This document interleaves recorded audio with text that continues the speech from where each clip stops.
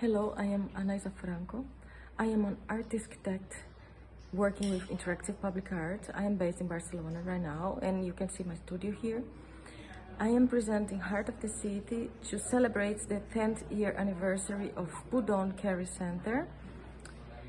And the artwork pulses the heartbeat of the people together with the object. So it's like a big bench, a sculpture that you can sit down and hang out and put your finger, and the sensor grabs your heartbeat and transform it into pulsing light.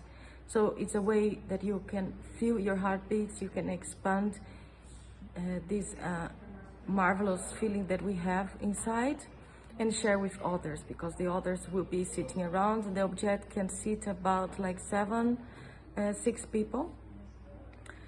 And I would like to thank Upper Art for this opportunity to work in Shanghai again.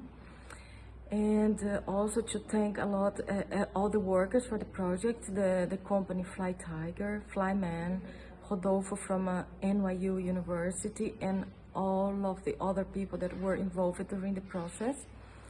And that's it. I hope you enjoy the work. Thank you. Bye bye.